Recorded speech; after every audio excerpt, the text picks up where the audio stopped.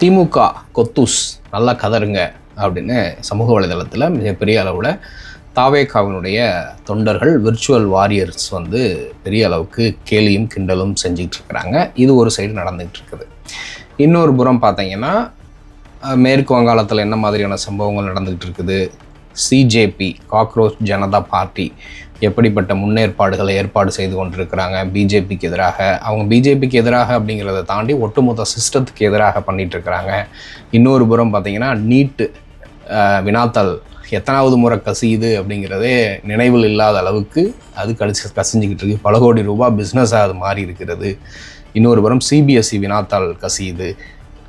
திரு ஸ்டாலின் அவர்கள் ஆட்சியில் இருக்கிறப்ப தேசிய அளவில் சில பிரச்சனைகள் நடக்குது. சமையல் எரிவாயு விலை உயருது, பெட்ரோல் டீசல் விலை உயர்கிறது, இந்த மாதிரி நீட்டில் ஸ்கேம் நடக்குது, சிபிஎஸ்சியில் ஸ்கேம் நடக்குது அப்படின்னா முதலாவதாக எதிர்ப்பு குரல் தமிழ்நாட்டிலேருந்து போகும். ஏன்னா இது வந்து தேசிய அளவில் பிரச்சனை அப்படிங்கிறத தாண்டி தமிழ்நாட்டில் இருக்கக்கூடிய மாணவர்கள் இளைஞர்களுடைய எதிர்காலமும் இதில் பாதிக்கப்படுது அப்படிங்கிறத பார்க்குறோம். திரு விஜய் அவர்கள் முதல்வராக பொறுப்பேற்றதற்கு பின்பு, தமிழக வெற்றி கழகம் ஆட்சிக்கு வந்ததற்கு பின்பு அவர்கள் அந்த கட்சியினுடைய கொள்கை எதிரியாக இருக்கக்கூடிய பிஜேபி ஒன்றிய அரசில் இருந்து கொண்டு என்னெல்லாம் செஞ்சுக்கிட்டு இருக்கிறாங்களோ அவங்க ஆட்சிக்கு வரதற்கு முன்பும் சரி ஆட்சிக்கு வந்ததற்கு பின்பும் சரி பெரிய அளவுக்கு எந்த ஒரு எதிர்ப்பு குரலையும் தெரிவிக்கவே இல்லை அப்படிங்கிறத பார்க்குறோம். இன்றைக்கு திமுக கொத்தூஸ்லாம் கதருங்க அப்படின்னு சமூக வலைதளத்தில் சில வசைவு சொற்களோடு டிவிகே வெறியர்கள் வந்து கிண்டல் பண்ணிகிட்டு இருக்கிறாங்க. இன்றைக்கு முக்கியமாக ஒரு பதிவை வந்து முன்னாள் முதல்வர் ஸ்டாலின் அவர்களும் இன்றைக்கு எதிர்க்கட்சி தலைவராக இருக்கக்கூடிய உதயநிதி ஸ்டாலின் அவர்களும் ஒரு பதிவு போட்டிருக்கிறாங்க. அதே மாதிரி புதிய தலைமுறை போன்ற முக்கியமான நாளிதழ்களில் சில தொகுப்புகளோடு சில செய்திகள் வருது. கடந்த 24 மணி நேரத்தில் சென்னை மற்றும் அதனுடைய சுற்று வட்டார பகுதிகளில் 12 சம்பவங்கள் பெண்கள் மற்றும் பெண் குழந்தைகளுக்கு எதிரான பாலியல் வன்புணர்வோடு தொடர்புடையக்கூடிய குற்ற சம்பவங்கள் வந்து நடந்திருக்கிறது. சிங்கப்பெண் படை எங்கே போச்சு அப்படிங்கிற கேள்வியை முன்னாள் முதல்வர் ஸ்டாலின் அவர்களும் உதயநிதி ஸ்டாலின் அவர்கள் எதிர்க்கட்சி தலைவர் உதயநிதி ஸ்டாலின் அவர்களும் கேள்வி கேட்டிருக்கிறாங்க. கண்டிப்பாக அவங்க எதிர்க்கட்சி தலைவர்கள் அப்படிங்கிற முறையில் கண்டிப்பான முறையில் கேள்வி கேட்பாங்க. உண்மையாகவே தமிழ்நாட்டுக்கு வந்து ஒரு மாற்றம் வந்து விட்டதா? விஜய் தான் மாற்றம், திமுக தீய சக்தி, அதிமுக தூர்ந்து போன சக்தி அப்படின்னு மேடைக்கு மேடை பேசக்கூடிய விஜய் அவர்களையும் ஸ்டாலின் அவர்களையும் ஒரு கம்பேரிசன் பண்ணி பார்க்கலாம். ஸ்டாலின் அவர்கள் அவருடைய முதல்வராக பதவி ஏற்கிறப்ப கிட்டத்தட்ட 68-69 வயது, நெருங்கி 70 வயதில் அவர் முதல்வராக பொறுப்பேற்கிறார். 50 வருடத்துக்கும் மேலாக கிட்டத்தட்ட அவருடைய 13-14 வயதிலிருந்து அரசியல் பொது வாழ்வில் இருக்கிறாரு. பல போராட்டங்கள் நடத்தியிருக்கிறாரு. பல்வேறு விஷயங்கள் அதெல்லாம் சொல்கிறதுக்கு ஒரு வீடியோ பத்தாது, அந்தளவுக்கு சில காரியங்கள் பண்ணியிருக்கிறார். ஆக்சுவலாக திமுக வந்து அவரை பற்றின ஒரு வெப் சீரிஸை கண்டிப்பான முறையில் எடுக்கலாம். ஏன்டா அவங்ககிட்ட அவ்வளோ பணம் இருக்குது. ஏன்னா இந்த மாதிரியான விஷயங்கள்லாம் ஆவணப்படுத்தாமல் அடுத்த தலைமுறைக்கு கொண்டு போகாமல் இருந்ததனுடைய விளைவு தான் இன்றைக்கு தாவேகா மாதிரியான விஜய் மாதிரியான ஆட்கள் பதவியில் வந்து உட்கார்ந்துருக்கிறாங்க அப்படிங்கிறத பார்க்குறோம். ஸோ விஜய் அவர்கள் முதல்வராக வராரு, ஸ்டாலின் அவர்களும் முதல்வராக வந்திருந்தார். எப்படி இவர்களுடைய செயல்பாடுகள் எப்படி இருந்தது? திமுக மீது நிச்சயமாக 1008 விமர்சனங்கள் இருக்குது, அது மாற்றுக்கிறதே கிடையாது. திமுக கட்சியில் இருக்கக்கூடிய தலைவர்கள் எல்லாரும் ஒழுங்கு 100% சரியானவர்கள் அப்படிங்கிறது கிடையாது. அப்படி எந்த கட்சியிலுமே 100% இருக்கவும் மாட்டாங்க. ஏன்னா டெமோக்ரஸியில் பொறுத்த வரைக்கும் இப்போ இன்றைக்கி விஜய் அவர்களே 100 பேர் ஓட்டு போட்டாங்கன்னா அதில் 35 பேர் ஓட்டு போட்டு தான் விஜய் தேர்ந்தெடுக்கப்பட்டிருக்கிறார். மீதி இருக்கக்கூடிய 65 ஓட்டுகள் வந்து சதறி இருக்கிறதுனால தான் அவங்களால ஆட்சிக்கு வர முடியல. ஒட்டுமொத்த வாக்காளர்களில் வெறும் 35% தான் விஜய் அவர்களுக்கு ஓட்டு போட்டிருக்கிறாங்க. மீதி 65% விஜய் அவர்கள் வேண்டாம் அப்படிங்கிறது தான் நிர்ணயம் செய்திருக்கிறார்கள். இந்த மாதிரியான ஜனநாயக விளிமியங்கள், இந்த மாதிரியான செய்திகள் எல்லாம் தாவேகாவினுடைய வெறியர்களுக்கு, விர்ச்சுவல் வெறியர்களுக்கு சொல்லிக் கொடுக்கணும். அவர்களும் தமிழ்நாட்டு சொத்துக்கள் தான், தமிழ்நாட்டு இளைஞர்கள் தான். அவர்களை மனமாற்றம் அடைய செய்வதற்கு இதெல்லாம் செய்யணும். ஜனநாயகவாதிகள் ஊடகங்கள் போது அதெல்லாம் செய்யணும். ஸோ இன்றைக்கு சென்னையில் 24 மணி நேரத்தில் 12 குற்ற சம்பவங்கள் வந்து நடந்திருக்கு அப்படின்னா அது எதை குறிக்குது அப்படிங்கிற ஒரு மிகப்பெரிய ஒரு கேள்வி வருது. ஸோ இப்படியே போகுது அப்படின்னா தமிழ்நாடு எதை நோக்கி போகும் அப்படிங்கிற ஒரு மிகப்பெரிய கேள்வி இருக்குது. திருவள்ளூரில் ஆட்டோ ஓட்டுநரால் 7ஆம் வகுப்பு சிறுமிக்கு பாலியல் தொல்லை, போக்சோ சட்டத்தில் ஒருவர் கைது செய்யப்பட்டிருக்கிறார். பூந்தமல்லியில் சாக்லேட் கொடுத்து அழைத்து சென்று சிறுமிக்கு பாலியல் வன்கொடுமை, போக்சோ சட்டத்தில் கைது.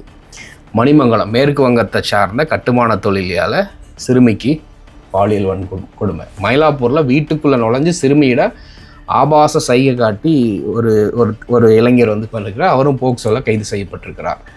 சமூக ஊடகங்களில் அறிமுகமான சிறுமிகளை ஹோட்டல் அறைக்கு அழைத்து சென்று பாலியல் வன்புறுத்தலில் ஈடுபட்ட ஒருவர் கைது. வீடு திரும்பி வந்துகிட்டு இருந்த ஒரு பெண்ணை பின்தொடர்ந்து பாலியல் தொல்ல ஒருவர் கைது. மனநலம் குறைபாடு கொண்ட பெண்ணுக்கு பாலியல் தொந்தரவு. இப்படி கோயம்பேடு, அண்ணா சாலை, போரூர், இன்னும் லிஸ்ட்டு போய்கிட்டே இருக்கு. சிங்கப்பெண் அதிரடிப்படை அப்படின்னு ஒரு ஃபிலிம்ஸியான ஒரு திட்டத்தை லான்ச் பண்ணி அதில் வந்து விளம்பரம் தேடி பல்வேறு விஷயங்களை செஞ்சு பெரிய அளவுக்கு நாங்கள் பாதுகாக்க போகிறோம் அப்படின்னு ஒரு விளம்பரப்படுத்தினாங்க. நிச்சயமாகவே இவர்களுக்காக என்னதான் பெரிய அளவுக்கு தம்பட்டம் அடித்து கொண்டாலும் ப்ராக்டிக்கலாக சில விஷயங்கள் உடனடியாக சாத்தியமில்லை அப்படிங்கிறதுல மாற்றுக்கருத்தே கிடையாது. விஜய் அவர்களை 6 மாதம் வந்து எந்த விமர்சனமும் பண்ணக்கூடாது அப்படின்னு சொன்ன விஷயம் வந்து அவர் கொடுத்த வாக்குறுதிகளை நிறைவேற்றுவதாக இருக்கட்டும். தாய்மாமன் சீர் கொடுப்பேன்னீங்க, 2500 ரூபாய் பெண்களுக்கு கொடுப்பேன்னு சொன்னீங்க.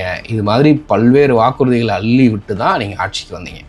இதை செயல்படுத்துவதற்கு 6 மாதம் அவகாசம் கேட்பதில் எந்த தவறும் இல்லை. ஆனால் சட்டம் ஒழுங்கை பாதுகாக்கிறதுல இந்த மாதிரியான பெண்கள் மற்றும் பெண் குழந்தைகளுக்கு எதிரான குற்ற செயல்களை செய்கிறாங்க அப்படின்னா அவர்களுக்கு எந்த அளவுக்கு சமூகத்தில் பயம் இல்லாமல் போயிருக்கும் அப்படிங்கிறது தான் இதில் இருக்கக்கூடிய முக்கியமான கேள்வி. இதில் பெரும்பாலும் இந்த மாதிரியான பெண்கள் மற்றும் பெண் குழந்தைகளுக்கு எதிராக குற்ற செயல்களில் ஈடுபடக்கூடிய நபர்கள் உங்கள் கட்சியை சார்ந்தவர்கள். இதில் என்ன ஒரு வருத்தத்துக்குரிய விஷயம் என்னென்னா, திமுக ஆதரவாளர்களோ அதிமுக ஆதரவாளர்களோ, ஏன் சீமானுடைய ஆதரவாளர்களோ ஆரம்ப கட்டத்தில் ஒரு மாதிரி இருந்தாங்க. ஆனால் இப்போ பார்த்தீங்கன்னா ஓரளவுக்கு திருந்தின மாதிரி தான் தெரியுது. எதில் அப்படின்னா, மாற்று கருத்தை சொல்லி ஒருத்தர் விவாதத்துக்கு வராரு அப்படின்னா அவர்களை எந்த அளவுக்கு ஆபாசமாக சமூக வலைதளத்தில் இவர்கள் பதிவிடுகிறார்கள் அப்படிங்கிற கேள்வி. இப்போ நானே வந்து விஜய் அவர்களை விமர்சனம் பண்ணியோ இல்லை தமிழக வெற்றிக் கழகத்தை விமர்சனம் பண்ணியோ ஒரு கேள்வியோ கேட்டுட்டோம் அப்படின்னா என்னுடைய சமூக வலைதள பதிவுக்கு கீழே கமெண்ட்டை பதிவிடுறாங்க இல்லையா, அந்த வார்த்தைகளை வந்து படிக்கிறதுக்கு நாக்கு கூசுற அளவுக்கு அந்த வார்த்தைகளை பதிவிடுறாங்க. எங்கள் அம்மாவை பற்றி பேசுகிறான், குடும்பத்தை பற்றி பேசுகிறான், எப்படியோ என்னென்னமெல்லாம் எழுதுகிறான். இதில் என்னென்னா, அந்த மாதிரியான வார்த்தைகளை பயன்படுத்தக்கூடிய நபர்கள் அவர்களை சுற்றி இருக்கக்கூடிய பெண்களை எப்படி பார்ப்பார்கள் அப்படிங்கிற ஒரு கேள்வி இருக்குது. விஜய் அவர்கள் வந்து ஆட்சிக்கு வருவதற்கு முன்பு திமுக தான் எல்லாத்துக்கும் காரணம், ஸ்டாலின் தான் எல்லாத்துக்கும் காரணம், ஆதவ் அர்ஜுனாலேருந்து எல்லாரும் சொன்னாங்க. ஆனால் இன்றைக்கி ஆட்சிக்கு வந்ததுக்கு பின்பு என்ன சொல்கிறாங்க, தனிமனித ஒழுக்கம், மக்களுக்கும் புத்தி வேணும். அதை தாண்டி விஜய் அவர்களுக்கு ஆதரவாக பேசின பல பெண்கள், ஓட்டு போட்ட பல பெண்கள் இப்போ என்ன பேசுகிறாங்க தெரியுமா, அவங்கவுங்க பிள்ளைகளை பாதுகாப்பாக வச்சுக்கணும். கோவை சிறுமி விவகாரத்துலேயுமே சமூக வலைதளத்தில் வந்த பதிவுகள் எப்படி இருந்தது தெரியுமா, உன் பிள்ளைய வந்து நீ சரியாக பார்க்கலன்னா எங்கள் அண்ணன் அதுக்கு பொறுப்பா அப்படின்னு வக்காலத்து வாங்குறாங்க. இது எதை நோக்கி போகுது அப்படின்னு நினச்சா, தமிழ்நாட்டினுடைய எதிர்காலம் மிகப்பெரிய அளவில் ஒரு கேள்விக்குறியாக உருவெடுத்து நிற்குது அப்படிங்கிறத பார்க்குறோம். மின்சார விலையை உயர்த்த போகிறோம், ஏன் பஸ்ஸு, பால், இன்னும் பல்வேறு விவகாரத்தில் நாங்கள் விலையை உயர்த்த போகிறோம். இதற்கு காரணம் திமுக தான், நாங்கள் கிடையாது. டிப்பிக்கலாக கொஞ்சம் கூட அச்சு பிசகாமல், ஏன் கொஞ்சம் அதிகமாகவே மோடியோடைய ஸ்டைலை தான் விஜய் அவர்கள் ஃபாலோ பண்ணுகிறார் அப்படிங்கிறதுல மாற்று கருத்தே இல்லை அப்படிங்கிறத பார்க்குறோம்.